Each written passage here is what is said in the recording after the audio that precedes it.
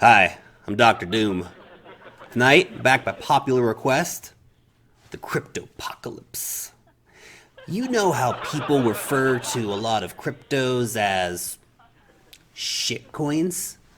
Well, this is a grave insult to manure. And I apologize to manure for this offensive comparison. And how about Bitcoin? Yeah, Bitcoin, that one. They call it the king of the pack. But this sluggish, lame BTC dinosaur barely cranks 5 transactions per second. 5 TPS? Really? Even a drunk hippopotamus is less lame than Bitcoin. There is no limit to how dirty, scammy, and criminal cryptoland is. The Wolf of Wall Street? Puh!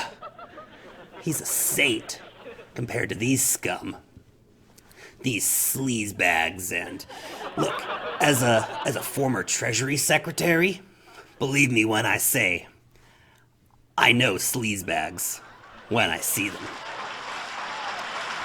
It is time to realize that I am the honest kid, the brave one, brave enough to tell you that the blockchain emperor, he has no clothes. And I'm not wearing any underwear either. And crypto is the biggest bubble, the biggest scam in human history. Bitcoin? Peh, total scam. Ethereum? It's a scam. EOS? That's a scam too. Peanut butter? Yeah, it's a big scam. Religion? You know it's a scam. Life? Don't even get me started on life. That's the biggest scam yet. You know what else is a scam?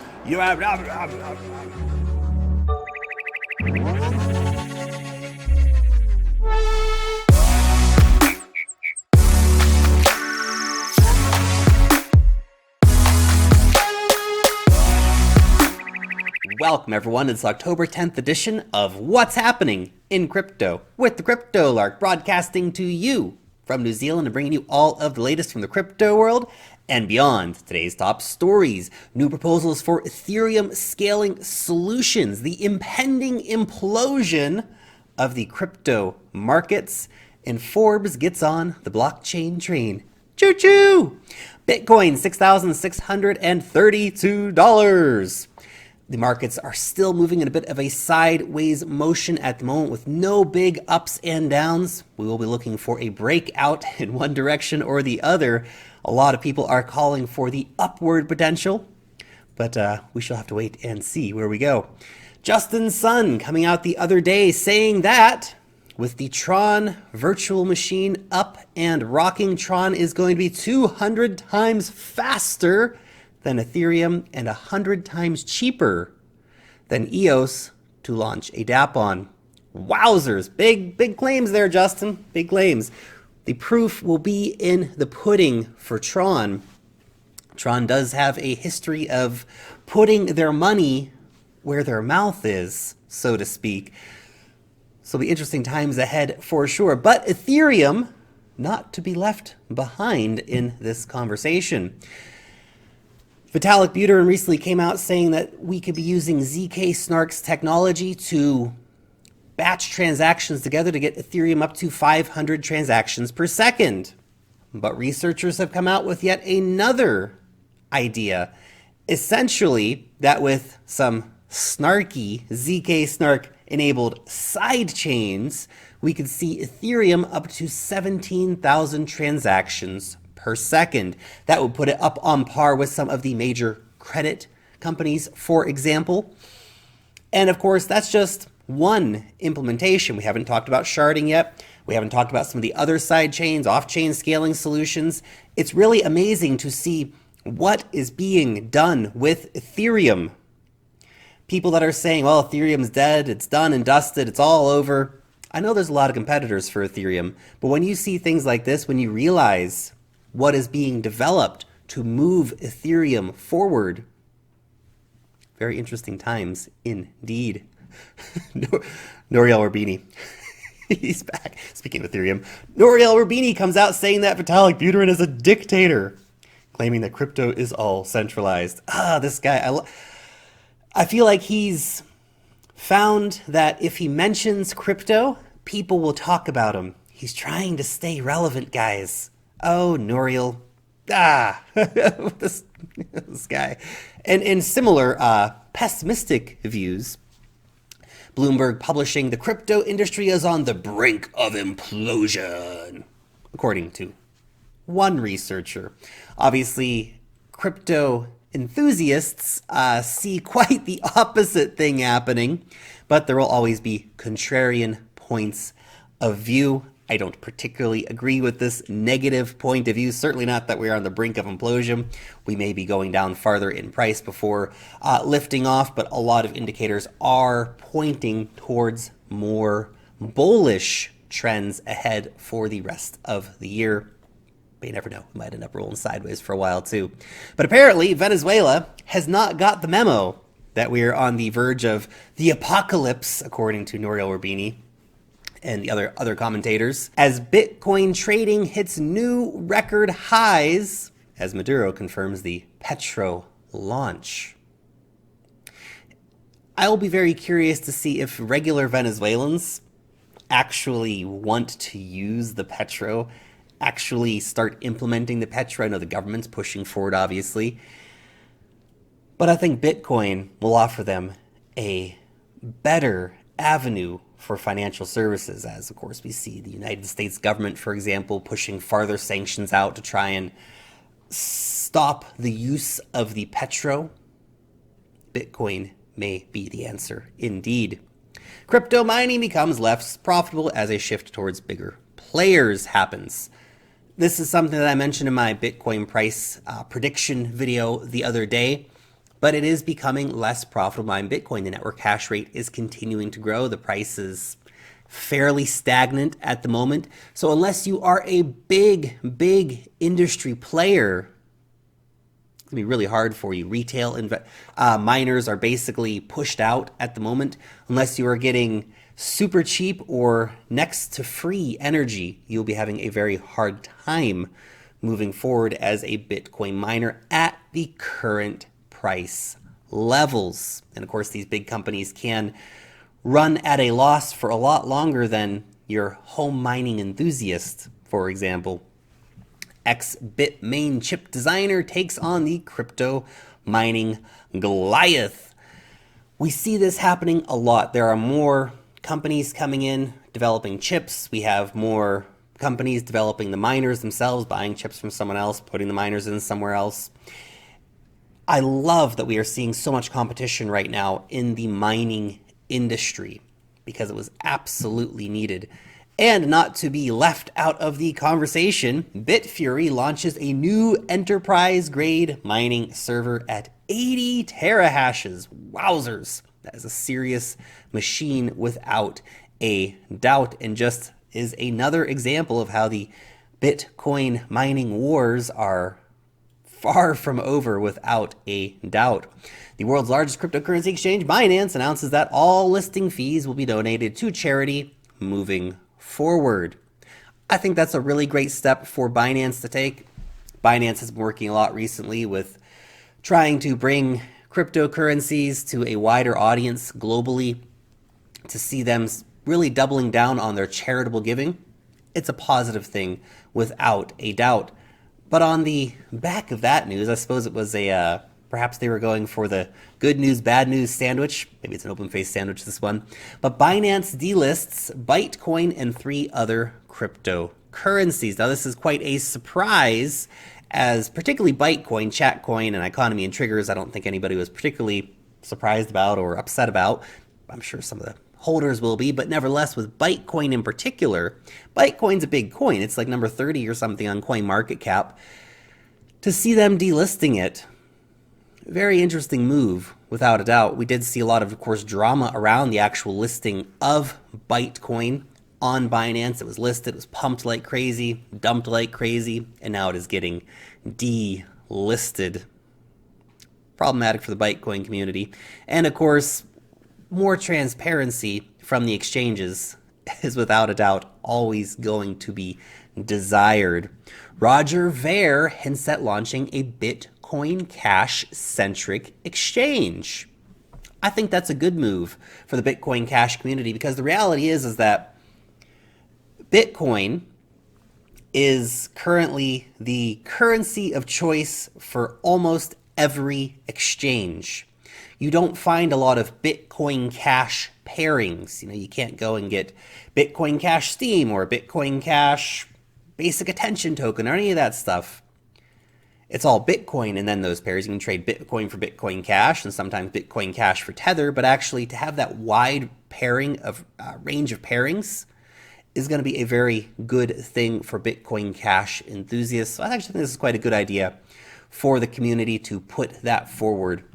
Over in the Middle East, the first central bank-backed crypto exchange, because we all love central banks, so why not back crypto exchange? Anyway, all jokes aside, I think this is actually a good thing, because the Gulf state region in particular is quite conservative in terms of their policies. Bahrain has been working to be a little more liberal in this sense. And so they have a regulatory sandbox for these different crypto exchanges. And what they are now doing, and what we're going to see happening, is an exchange that is going to be compliant with those local rules. So if we can imagine, if we can all of a sudden have Bahrain and Qatar and the UAE and a few of the other countries of the region like Kuwait all being able to invest easily through a compliant exchange, that will unlock a lot of potential capital that might be a bit worried about getting into crypto. And we've actually seen a lot of developments recently in the Middle East, all pointing towards more positive steps being taken to bring more people into crypto. Dubai, though, still leading the way. They will be launching a blockchain payment system with the state digital currency, Mcash. Dubai residents will soon have the means to make payments for school fees, bills, and other retail purchases with Mcash, a state-developed blockchain-based digital currency. I'm not very excited about state-run currencies. Overall, fiat currencies, what are you going to do? They're a necessary evil in life at this point. But this is a step in the right direction, nevertheless. So it is good to see this actually happening, and we will see people being able to use this at point of sale devices, which are already being deployed at retail storefronts, which is very, very cool. This is being done following a partnership with Pundi X. Forbes partners with blockchain-based journalism platform to publish content. Now, Civil is something that I mentioned, I think about 2 months back or a month and a half back, and they are bringing journalism to the blockchain. So to see actually Forbes, guys, it's Forbes, it's huge, it's absolutely massive. And Forbes has been publishing a lot about blockchain and cryptocurrencies over the past couple of years. And so to see them actually taking that next step, that says a lot to me, to be honest. According to Civil co-founder, Forbes is integrating Civil's software into its content management system. From the beginning of 2019, journalists will be able to upload their data to the Civil network while posting it to the Forbes website simultaneously. That's really big.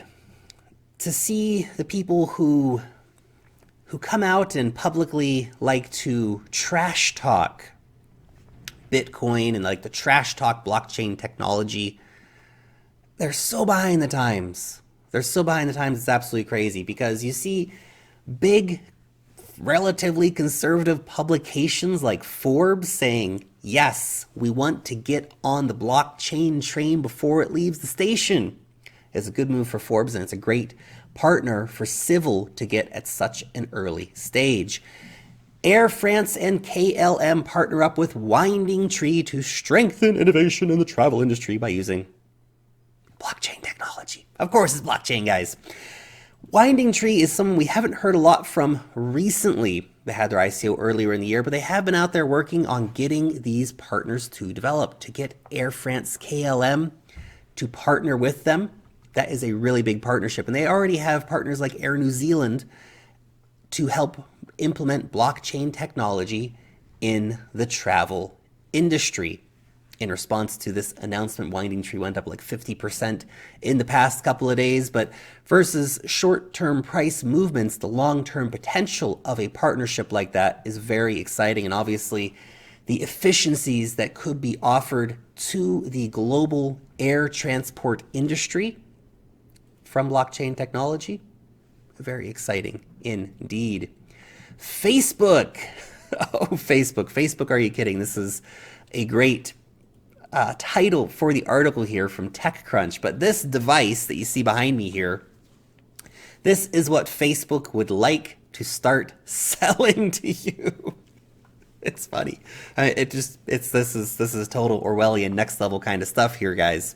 Essentially, you will be able to get the Facebook portal to allow you for better voice conversations. You can be making your food, for example, and it'll track you as you move to the refrigerator and back to the counter.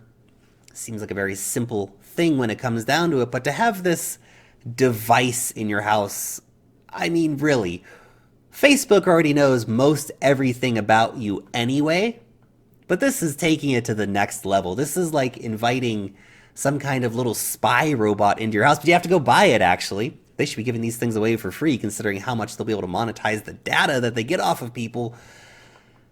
But at the same time, maybe it's a little bit too late for Facebook. I know people are disengaging with Facebook more and more. That being said, they still have a lot of daily attention from humanity overall. And finally, there is a giant Bitcoin rat on Wall Street. And it's staring right at the New York Federal Reserve. Whoever put this up is genius. Definitely a bit of art and comedy and politics coming together. The big scary Bitcoin rat is coming for you, New York Fed. Watch out. I love my subscribers. Thank you so much for taking the time to watch today's episode. Let me know what you think about any of the news stories down below in the comment section. I would love to see you over on Twitter or Telegram or Steemit to continue the conversation. Thumbs up the video and share these videos around the internet. Make sure to hit that subscribe button if you're not subscribed already, and hit the bell down below to stay up to date with all of the latest in crypto space. Long live the blockchain, and peace out till next time.